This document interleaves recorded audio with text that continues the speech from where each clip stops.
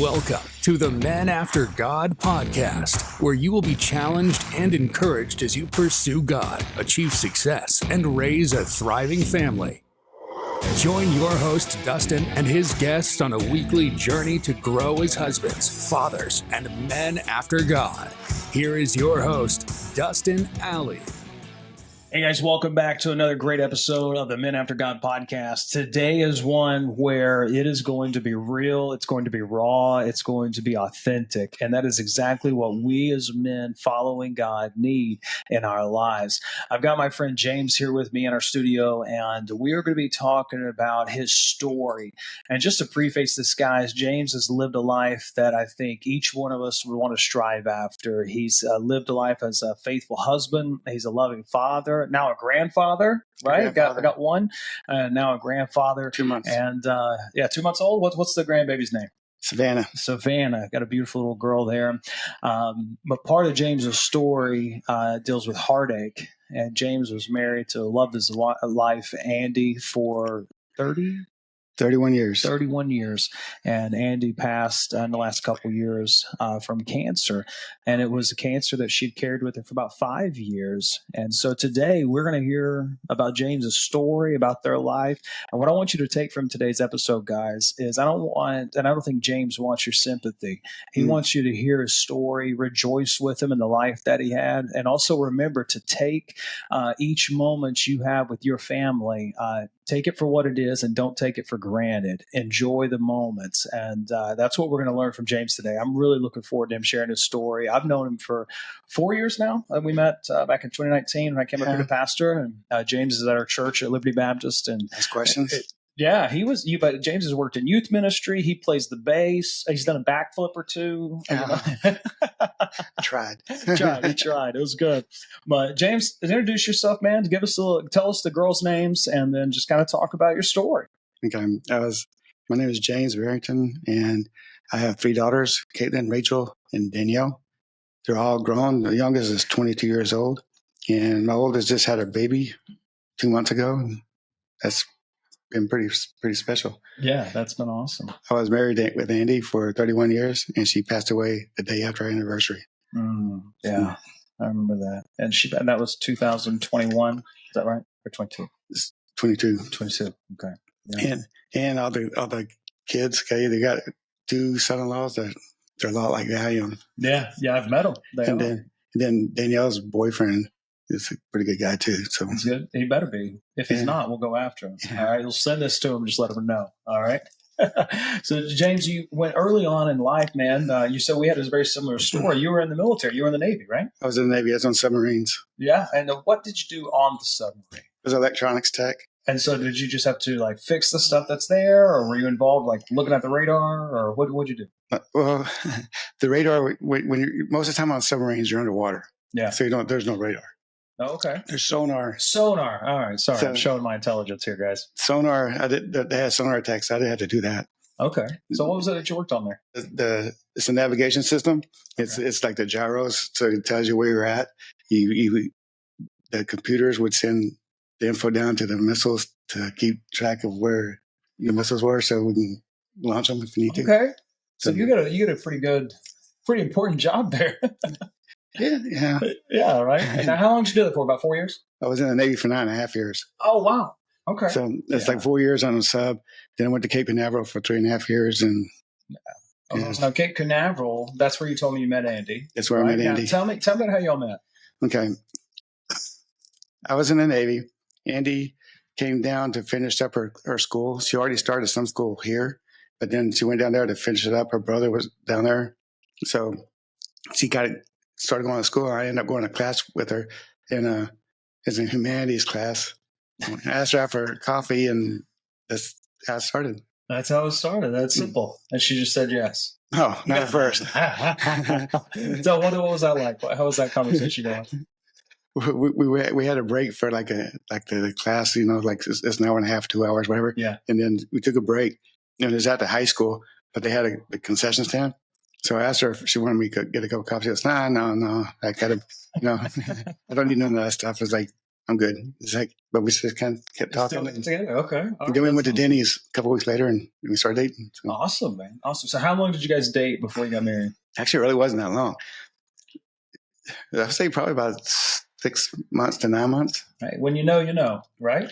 But yeah, I was married before. Okay. So I got divorced. She was married before.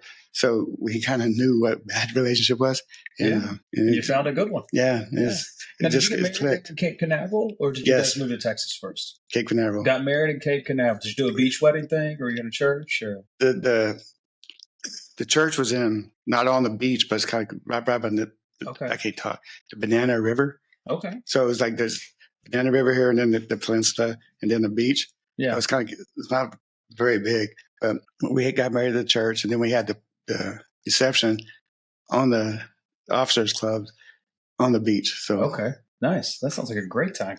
And now you guys got married, Cape Canaveral, and then moved to Texas. Where, hey guys, I'm sorry I brought someone on that's like this. He went to the University of Texas, which is that just he doesn't have to do that. Oh my goodness, it's the false orange. Yeah, the false UT, right? Many of you know I'm a University of Tennessee fan, and so football season's coming up. I'm looking forward to that one. And so you go there, you spend some time at the University of Texas. What was life like in Texas for you and Andy? What was the journey like there? In Texas, is pretty good. I mean, and he got a job as a nurse. I got a job at Motorola. I was actually going to school first, but then when you start having kids, the school stuff kind of fades. Yeah, it can. So I end up going full time at Motorola and working in photolithography. You wear the clean suits and go inside this inside a clean room, and it's really big, and these big old machines about the size of this room. Oh my goodness. So that's awesome. I did that for a while, and then Andy got homesick and came on home. Now that was with Caitlin. That was with the first daughter, right? Kate, we had all 3 daughters in Texas. Oh, okay. With Rachel, she started getting homesick. We put up the house for sale to come up, and then that didn't work out so good.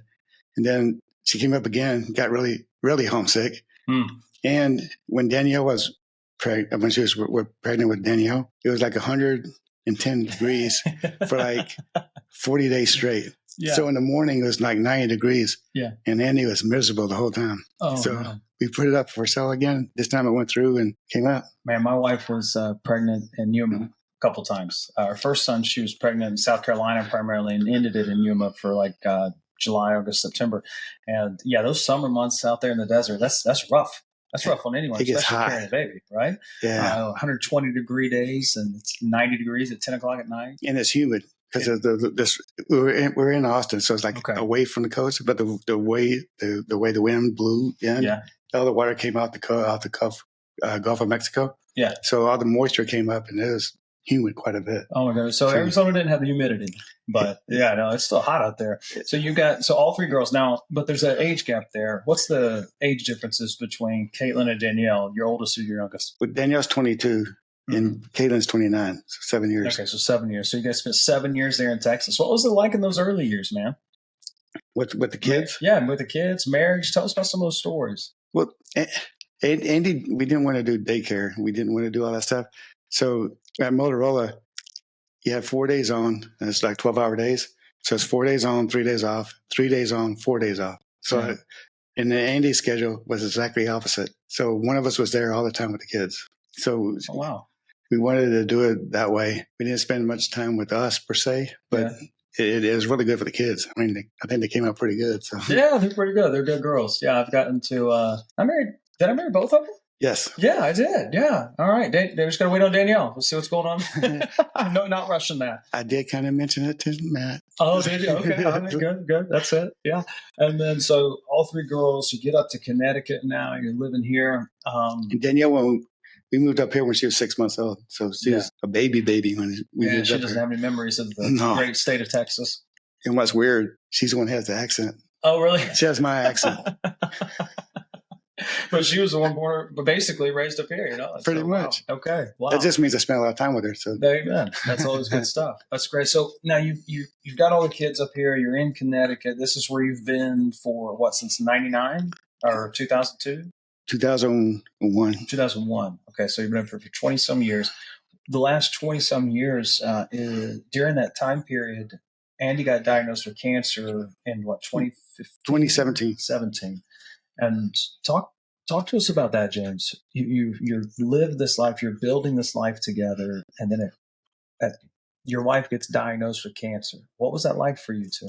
Well, when she got diagnosed, it was like a week before that, but not a week before, but right before that, she got diagnosed with she's losing weight, and she has stomach issues, so she got diverticulitis. So she's losing weight because of that. We got that taken care of, and then she kept losing weight. So she kept saying this, well, that's part of this. I'm like, sweetie, there's something different. There's something wrong. And so you already passed that part. It should be gaining weight, not gaining weight. So I finally talked her into going to see the doctor, and we got the news. She had cancer, lung cancer. Yeah. So and it was a pretty big one. Pretty big mass. Yeah, it was like 4 inches wide. Oh my goodness. It was massive. It was like the whole upper left lobe. Wow. And now what was it like after that? What did that do for your perspective on life, on being a husband, being a father? Like, what does that do to you when you're in that moment and you get that news with your loved one? Well, you ever see Charlie Brown? Yeah. You're the teacher? Wah, wah, wah. Yeah. So when the doctor tells us you have lung cancer, or she had lung cancer, that's all I heard, just you have cancer. And everything else he said was kind of like, I don't even remember what he said. Yeah. I mean, he just said something. I have no clue what he said. Yeah. So, I mean, then we got into the, going to chemo and all that stuff. And then around the same time, I got diagnosed with like diabetes. So I went through the part where I kind of started getting angry. Not at God, just angry. I was just mad all the time. So I worked out a lot, which kind of relieved the anger part, you know what I mean? So that kind of helped me. But with Andy, she started the chemo, started the radiation. But the week after she started the first chemo session, it was supposed to be pretty relatively safe. And then there's only 1% of people had this side effect. She was the 1%. So I forgot, I want to say it's pancreatitis, but it's like she got it. She had the dose. 2 days later, she's like deathly sick in her midsection and stuff. So she went in the hospital. They kind of put her out for a week. That's when, for my girls, especially Danielle, because Danielle has a good way of compartmentalizing. So she can kind of put pain, not show it. But then when you see your mom kind of laying there and she's not responding, that's when she broke down. So then you don't know if Andy's hearing you or not. I mean, she's out of it. But you see tears coming down her eyes, not saying anything. So how was it being a dad through that? If you can share some of that, how were you being a father to your girls like during this difficult time? You just kind of be together. I mean, there's no words of wisdom really. You just kind of live in the moment. Does that make sense? Yeah, absolutely does. So you kind of like, I mean, when Danielle started broken down, you kind of hug her and kind of help her through. I'm telling you, my kids helped me through stuff too. So I'm like, you're there with each other the whole time. And then we were also kind of blessed because, Deb O'Keefe. Yeah. She got to be really good friends with Andy. Yeah. So Andy started going to the chemotherapy, going through the radiation. Either me, Rachel, or Deb O'Keefe would take her. And Deb took her a lot because I couldn't take off anymore. Yeah. So that routine started up. And like I said, we just kind of leaned on each other. That's all. Sometimes you can't. I was with Andy. You kind of had your emotions because you got to be the person who kind of edifies them, kind of build them up, kind of make them, you got to do this, you got this, you can do this. You kind of had to build them up. When you have cancer, the attitude is the major part of it. The chemotherapy and all that stuff helps a lot. I mean, obviously it helps cure people, but the attitude going into it, I'm going to die, or, it's like the will to live makes a huge difference. Oh man. Yeah, I can imagine so. One of the things, guys, I said when we started this, we're going to get raw and authentic, and you guys probably can't see it well from the camera and angle and stuff here, but I noticed James is tearing up. And so like, if he starts crying, if I start crying, like, y'all just deal with it. But this is just real emotion from a man that has lived it. And our audience, guys, what we want with you is to help you achieve success in life with a thriving faith and family. Because as the man I'm sitting next to right now, I know if he could trade any success or anything, he'd rather have the family here. And sometimes I think we get so focused on the success or the work and the various things like that we neglect these things. So when James accepted my invitation to do this interview, I was just overjoyed, for not because I want to experience the pain with him, but because I'm thankful for him sharing his story so that we can learn from this. We're at the point in his story now where his wife got diagnosed with cancer. He's there for his girls. And James, you said like, there's no words of wisdom, but you actually gave us great words of wisdom. And you said, just be there and be in the moment. Because I think for me, I would none of us can really imagine what we would do in that moment, but I would want to be researching and finding things and how can we cure, what new medicines are out there. And I would want to be going after this type A personality type stuff when really I just need to like be there for a minute and just be there for my family. Well, the thing is, Andy was a hospice nurse at the end. Yeah. So she knows all this stuff. She was really, really good at her job. Yeah. She was a really good nurse. So I didn't have to do all that because she already knew. She would just tell you. So when it comes to the medical part, we just asked her, and she would tell you what, this is going to probably happen. This is going to probably happen. But one thing she didn't anticipate, we thought the chemo part was going to be bad and not the radiation. But the radiation is like, it's specific to certain, they put little tattooed dots on you. Yeah. So they line that up and hit the same point every time, right? But the side effect of that, it's like getting a sunburn on the inside. So it's like she had this constant burning, like you're getting a sunburn, constant burning. And she did the radiation for like 3 months, roughly 3 or 4 months. And the first week or two, it was unbearable for her. Oh, and then it kind of eased. I don't know if it's just that she got tolerant to the pain, you know what I mean?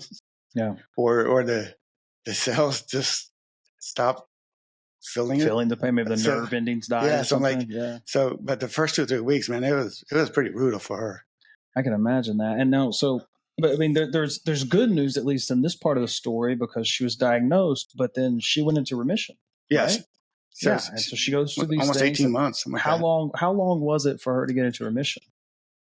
She did the chemo for 3 or 4 months. Then she'd go back for the routine checkups, and I'm pretty sure it was like a year to 18 months. Okay. So actually life started getting back to normal other than just the routine checkup stuff. Yeah. And that sounds like that, as I'm working timelines in my head right now, I met you all in 2019. Yeah. And so it was around that time frame, things were getting back to normal for you guys? Relatively speaking, yes. Yeah. We won't go into the reason we ended up meeting and how God brought me here and how our lives interacted. But yeah, no, it's been, so that's when I met Andy. And I tell you, I loved, she was feisty. She was very feisty. And I remember people like Tim. Yeah. Oh, Big Tim. Yeah. Andy would intimidate people like him. Oh, I could believe it. It freaks me. Absolutely. It kind of freaked me out. I don't know how she did that, but she did. Yeah. And she was even, because I'm trying to remember. I know at one point she came in to volunteer some time at the church and was helping us in the office. And I can't remember if she had gotten re-diagnosed at that point or not, but I know she was helping and just doing great. She was always around, always willing. And you mentioned Deb O'Keefe. That's another, the guys that are listening, that's another lady at our church. And I'm going to tell Deb her name was mentioned in this episode just so she'll listen to it. And she's our back row Baptist, but she's one of my favorite people. And she will definitely tell you how she feels about you. And if she loves you, she's going to love you to death. And so very thankful for her. But yeah, so 2019, she goes remission. That's when I got to know Andy. Now did she get diagnosed right before COVID started being a thing? And she got diagnosed before. So all that part took place before COVID. Okay. And then in 2020,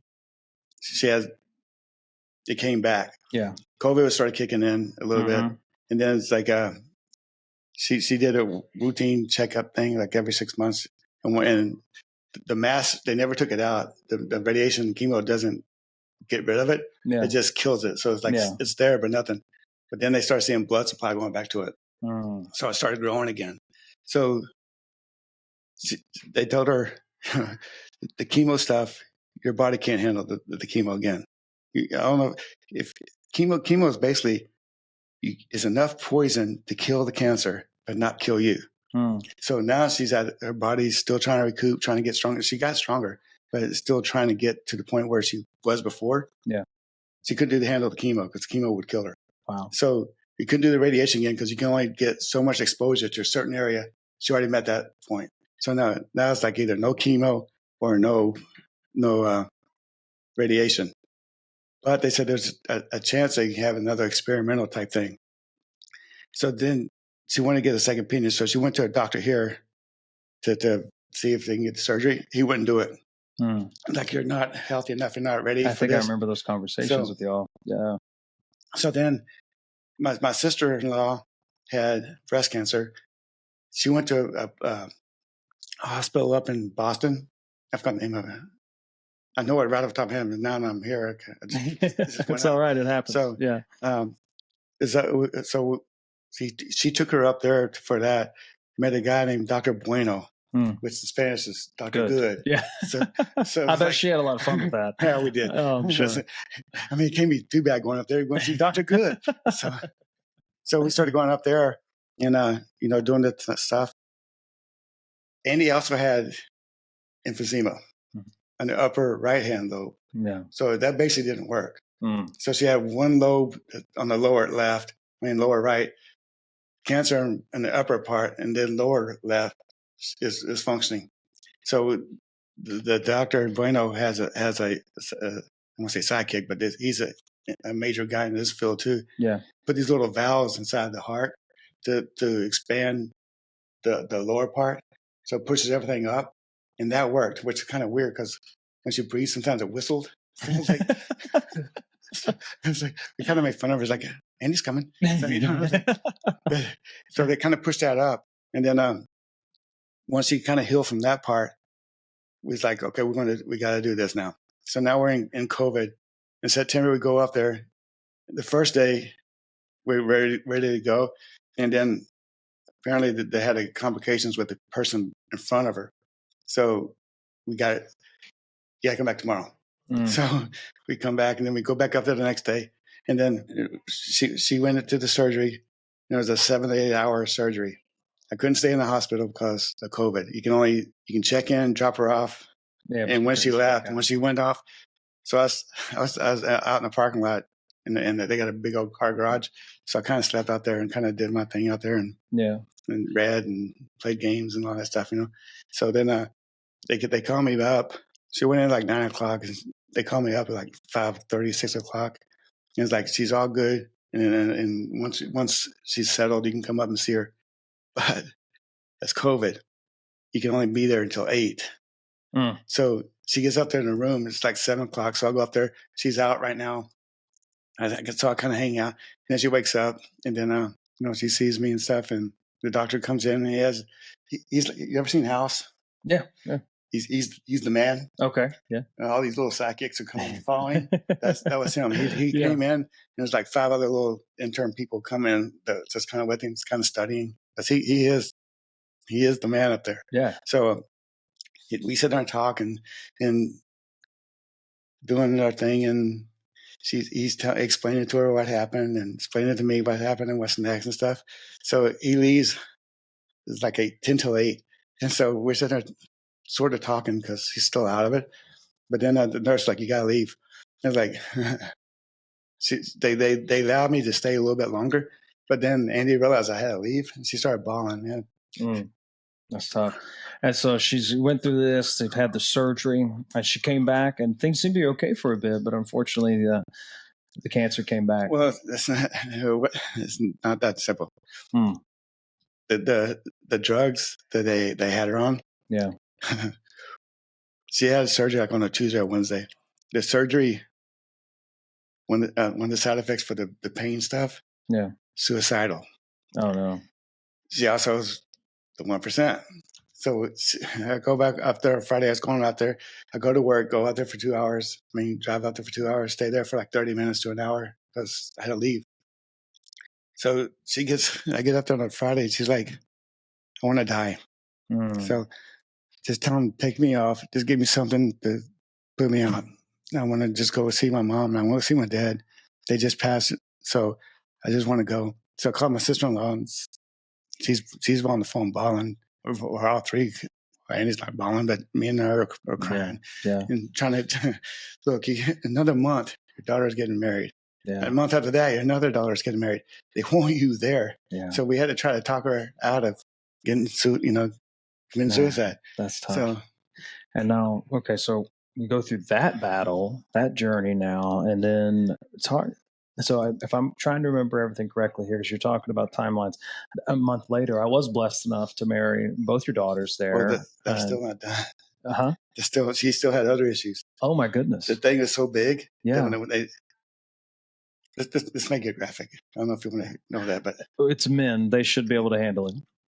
When they take the lung out, okay? Yeah.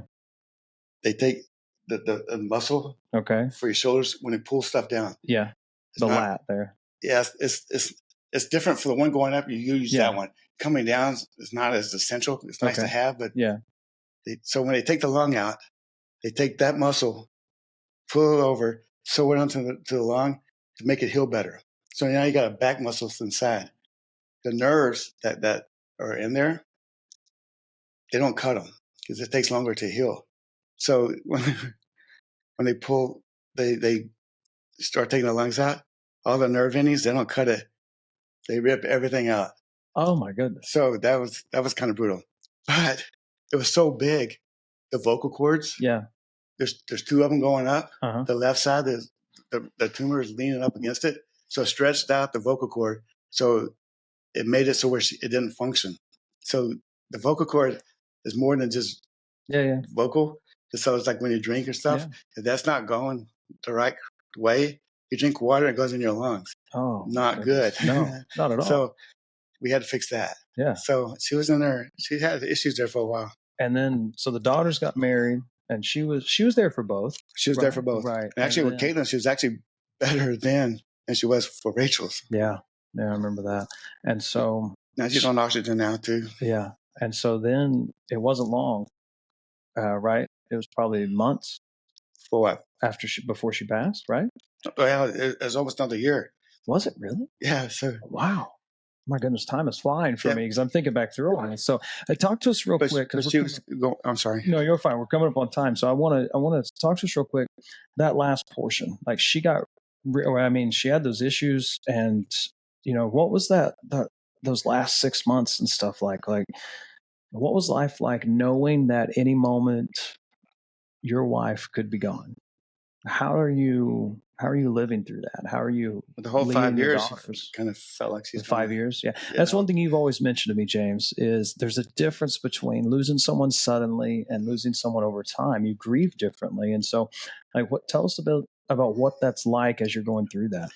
Well, every time you get a diagnosis, in a way you kind of know where your brain kind of goes, worst case scenario. Yeah. You start grieving right then and there. I don't care what anybody says. You start grieving. You're still you think you're going to get through, do all that stuff, but it's not that way. It's like you're pretty much grieving. So I don't know which is worse, going through that or somebody who dies suddenly, like a car wreck or something like that. And the people, because they're grieving, like all of a sudden they get hit hard right then and there. Yeah. So I don't know if it's better to live through all of that and ease it's not easing, but make it the grieving, passing better, or knowing that's coming. Yeah.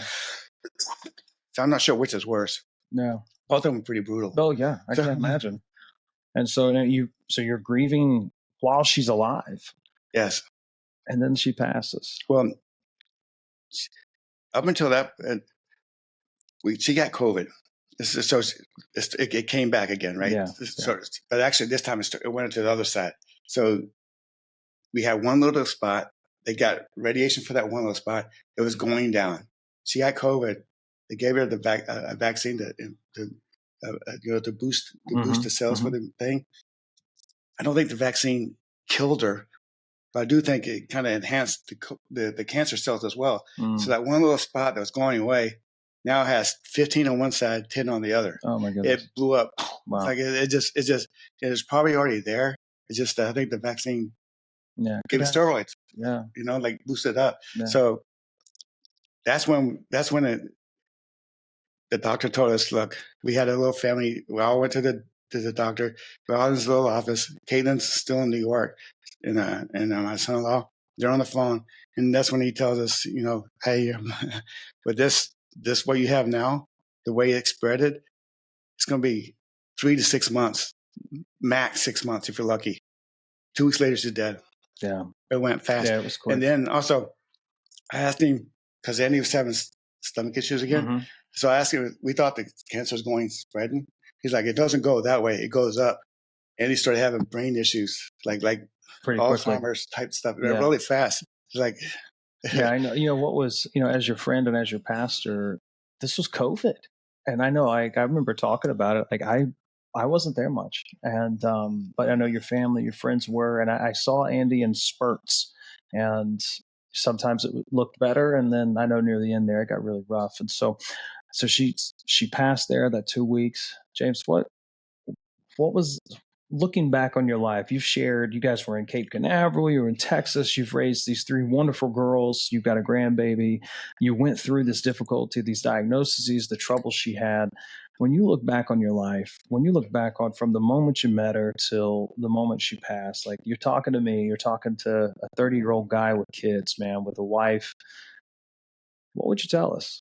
Like if knowing what you know now, what are some things you look back and say, like, man, like, guys, hear this. What would you say? Tell her you love her. Mm. But once you tell her you love her, show her you love her. Because there's 2 different things. It's like, so that's one thing. 2, make time. It's like you are not guaranteed time at all. So you can go to sleep tonight and somebody passes away. You don't know that. Yeah. So, and you don't get that time back. So any regrets you have, any disagreements you had, it's done. It's finished. There's no more, I'm going to reconcile this. So reconcile if you have issues, but make it a priority to spend time with her. Because unfortunately, the day she died, the night before, is when I asked to take FLMA. If I would have known it was going to be that soon, I would have gone to work for the whole 6 months before that. You know what I mean? So do that. Last one thing, don't take her for granted. Don't take your daughters or anybody for granted. Expound on that for a minute, man, because we hear that. Don't take people for granted. What's that mean specifically to you? Don't take her for granted. When you're married, you kind of got, she does her thing, I do my thing. Like I do the guard, the cutting the grass and that kind of stuff. And she does the folding the laundry. But when you don't, so for whatever reason, you don't do that, you kind of get upset because they didn't do that. Okay. So you just expect it to happen. It's like, well, why didn't you do that? That's your job. You know what I mean? Like, you know what I mean? Like you just take it for granted. Okay. So like, you know what I mean? No, I hear you. Yeah. So good. And then the last thing, you kind of, this don't get in the money thing, but you kind of have to prepare. So if Andy would have lived and I would have died, Andy didn't know how to take care of the bills because I did all that. So she didn't even know she knew what bills we had, but she didn't know how to pay them or when it's due, all that. Mm-hmm. So both of them should be at least know what's going on in the financial part. But you also got a plan. So if you don't have a will, you can go to probate. If you don't have your like if you have an account and you don't make it a beneficiary, that goes to probate. So everything goes to probate, and all that stuff that you built together, government gets part of it. So like you got to plan, even though you don't really want to, but you got to plan for that. You know what I mean? Yeah. So fortunately, we did all that, so I didn't have to go to probate like that. So that's good. But that should be important. Absolutely. Absolutely, man. James, thank you for sharing your story, for sharing Andy's life with us too. I know she was a firecracker. Mm-hmm. And I know one day she was coming to the office to do some work, and there was a Jaguar parked outside. And she came in and we were talking, and she goes, "Oh, hey, Pastor, by the way, is that your Jaguar outside?" "Oh, no." I'm saying, "No, it's not mine." And she goes, "Okay, good. Because that was really good a question how much we're paying you." and she's been fun and jesting, and so it was great. But actually, funny enough, it was actually Thomas's. The guy that was working with us, he bought an old Jaguar and was restoring it for his brother or something. But yeah, man. And so, guys, you heard James's story, you heard his life, you heard the pain of having to see your spouse go through what Andy went through. You heard what he said about parenting, about leading and loving during that time. It's about being present. I want to challenge each of us, myself included. Why aren't we present when things are good? Being present in the moment when things are going well, so that we have those great memories, and not taking it for granted. I think that was probably the best thing that we could have got from what you said, James. Just don't take any day for granted, and reconcile. Say you're sorry. That's always a great thing for us to do, right? All right, James, man, I thank you so much for this. Our guys are going to benefit from this greatly, and I know you guys are going to enjoy it. Listen, if you want to connect with James, if you're grieving, if you've lost a spouse or anyone, reach out to us. James is a part of our Grief Share community here, and I'm sure he'd love to talk to you and just kind of walk with you as you go through that journey. Because listen, being a man after God, we say it, achieving success with a thriving faith family. Part of that journey can include heartbreak and failure. It can include grief. And you need someone to help you go through it. We want to be here for you. And I'm thankful to have James a part of this community. And so, James, thanks so much for your time today, man. Thanks. Yeah. We'll have to have you get on here sometime. I know you got a lot of wisdom and a lot of dad jokes. Our topic today was a little heavy, so we didn't get to your dad jokes, but he's got a Taco Cat shirt that I just absolutely love. And so, all right, guys. Well, listen, I hope it's been a blessing to you. I know you've gained value from it. I will talk to you guys next week. Thank you for listening to the Men After God podcast. Make sure you subscribe so you don't miss any future episodes, and keep up with the show by following us at facebook.com/menaftergod. You can also reach out to Dustin personally at dustin@seekconsulting.us with any questions or for coaching on being a man after God. Until next time.